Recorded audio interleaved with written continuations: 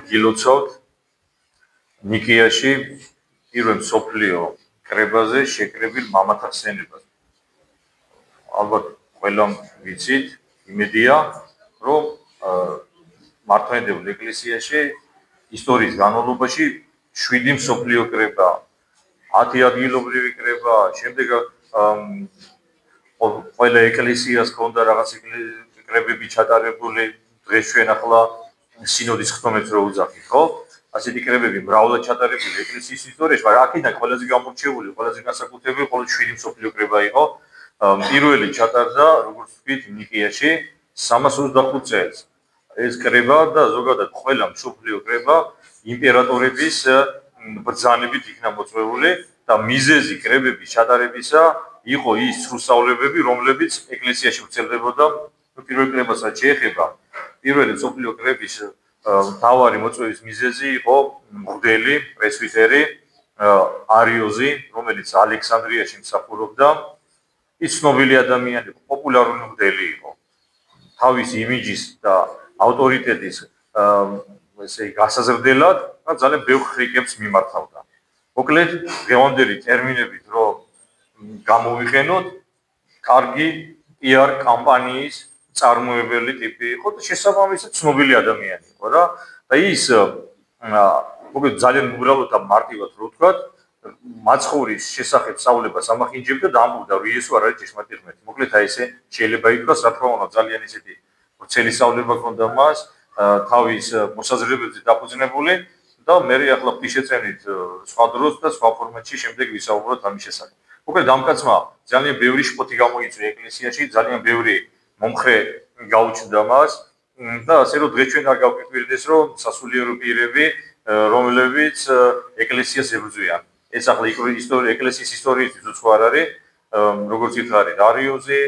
პატრიარქები ებრძოდნენ ეკლესიას, მღვდელმთავრები და ასე შემდეგ, ერის ადამიანები და მოკლედ ყველა იერარქიულ საფეხურზე მყოფი ადამიანი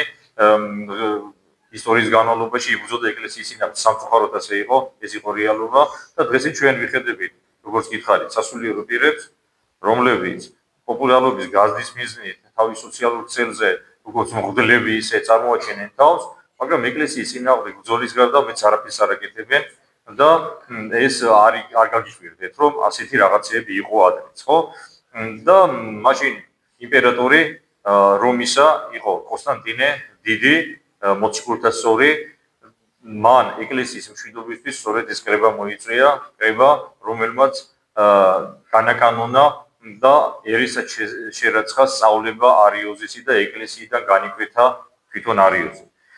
ძალიან საინტერესო ისტორია არის კრების მიმდინარეობის შესახებ და კარგი იქნება, რომ თუ შეძლებთ მოიძიებთ და წაიკითხავთ და ჩაუღრმავდებით, იმიტომ რომ ძალიან მნიშვნელოვან მოვლენებს ჰქონდა იქ ადგილი. ეს გეტყვით მოკლედ, რომ ეს იყო კრება, სადაც იყო შეკრებილი ძალიან ბევრი ცნობილი წმინდა მამა და ასეც არის ნათქვამი, რომ ბევრი წამება გადატანილი ადამიანიც იყო, ზოგი დასახიჩრებულიც იყო წამების გამო და ფაქტიურად პირველ მსოფლიო კრებაზე იყო ალბათ შეიძლება ასე ვთქვათ თანავარსკვლავედი იმ წმინდანებისა და დიდებული ადამიანებისა, რომელიც მაშინ მოღვაწეობდნენ იმპერიოდში მოღვაწეობდნენ. ერთს გეტყვით ახლა წმინდა სპირიდონი იყო ამ კრების მონაწილე, ასევე არსებობს მოსაზრება, რომ წმინდა ნიკოლოზიც იყო და ის ცნობილი ამბავი, როდესაც მათ კვერთხი დაარტყა არიოს, როდესაც ის ყოლა წმინდა ღვთისმშობელს შეურაცხყოფდა თავისი სრუსავლებით. მოკლედ ესეთი დიდებული ადამიანები შეიკრიბნენ ნიკიაში 1700 წლის წინ და ეკლესიას მიცეს სწორი სწავლება. ხო, დღეს საიუბილეო თარიღი 1700 წელია, რომ გილოცავთ ყველა თქვენთაგანს ამ დიდებულ კრებას და დღეს სახარებები წავიკითხეთ, რამოდენიმე სახარება, 3 სახარება წავიკითხეთ და 2 სახარებიდან პატარა მონაკვეთს გიკითხავთ და რატო? იმიტომ რომ დღეს ეს არიან ადამიანები, რომლებიც ეკლესიას ებრძვიან. როგორც გითხარით, სამწუხაროდ ეკლესიაში იგნით ყოფი ადამიანებიც ნებით უნებურად ესე გამოდის, რომ ეკლესიას შეურაცხყოფენ და ასევე არიან სექტანტები, რომლებიც დადიან ქალაქიდან ქალაქი, ქუჩიდან ქუჩაზე, სახლიდან სახლამდე და სრუსავლებას აუცელებენ და მათ მინდა უთხრა და იმ ადამიანებს ესეთი ქუჩი და სახლიდან სახლში რო დადიან ისინიც ამბობენ რომ იესო არ არის ჭეშმარიტი ღმერთი ასე ამბობენ და ის ფაქტიურად არიანული ერესის რეინკარნაცია შეიძლება უწოდოთ მათ და მათ გასაგონად ჩვენ ახლა წმინდა იოანე ღვთისმეტყველი ასე სიტყვებს ვეუბნება ანუ მაცხოვარი იესო ქრისტე მიმართავს მამა ღმერთს და ასე სიტყვებს ამბობს და ჩემი ყოველი შენი არის ანუ უფალი ამბობს და მიმართავს მაცხოვარს ჩემიო რაც არის ყველაფერი შენი არის ასე ჩვენ შეგვიძლია უთხრათ უფალს იმიტომ რომ ჩვენ რა გვაქვს ჩვენი არც არაფერი რა ჩვენი ყველაფერი ღმერთის არის მაგრამ ამ წინადადების მეორე ნაწილია მნიშვნელოვანი და შენიო ჩემი არისო ანუ რომელ ჩვენთაგან შეგვიძლია უთხრათ ღმერთს რომ რაც შენია უფალო ჩემი არის ვეთქვით ვინმე ვერც ვერავინ ვერ ვეთქვით იმიტომ რომ მხოლოდ და მხოლოდ ის რაც აქვს ღმერთს მხოლოდ და მხოლოდ ღმერთის არის ამით მაცხოვარმა ჩვენ მიგვანიშნა რომ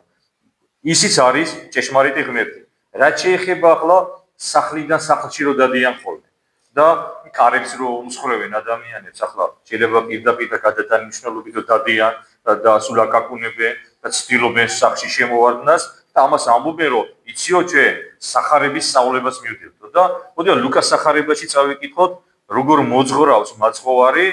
მოციქულებს როდესაც წახვართო ქადაგებად როგორ მოიქეცითო და დაინახეთ რას ამბობს მაცხოვარი ესე იგი მასვე შეხვალთო სადმე დაბაში ვინმე ნახეთო გამორჩეული ადამიანიო იმასთან გაჩერდითო და შემდეგო და ნუ მიხვალ სახლითი სახლად და რომელსა ქალაქსა შეხვიდეთ და შეგისმარეთ თქვენ ჭამდით წინადაგებულსათვის ანუ როცა შეხვალთო ქალაქში იქ ერთ ადამიანთან რომ მიხვალოთ და გაჩერდებითო არ დაიწყოთო სახლიდან სახლში შეარულიო და ჩვენ რას ვიხედებით ახლა რომ გახვიდეთ ქუჩაში თქვენ ნახავთ ხელი ჩაკიდებული თუ შეიძლება არ ქონეთ ხელი ჩაკიდებული და დადიან სახლიდან და ამბობენ რომ სახარება ამას გასავლისო და ლუკას სახარების მიათე თავის მე ნახეთ თქვენს და დაიმახსოვრეთ ლუკას სახარების მიათე თავის მეშვიდე მერვე მუხლი წაიკითხეთ და იქ ნახავთ რომ უფალი ჩვენ გვასწავლის რომ არ უნდა დადიოდი აქ რა თქმა უნდა ქრისტეს ჯული უნდა ვიქადაგოთ ჩვენ სიტყვით და საქმით საჭიროა მაგრამ ასე ქუჩის სახლი და სახლში და სახლებში არავის არ უნდა შეუვარდეთ რა იმიტომ რომ თუ ადამიანს აქვს სურვილი მას აუცილებლად ღმერთი თავისთან მიიღოს ასე რომ გილოცავთ დღევანდელ დღეს ღმერთმა დაგლოცვა და გაგაძლიეროთ მრავალს და ეს არის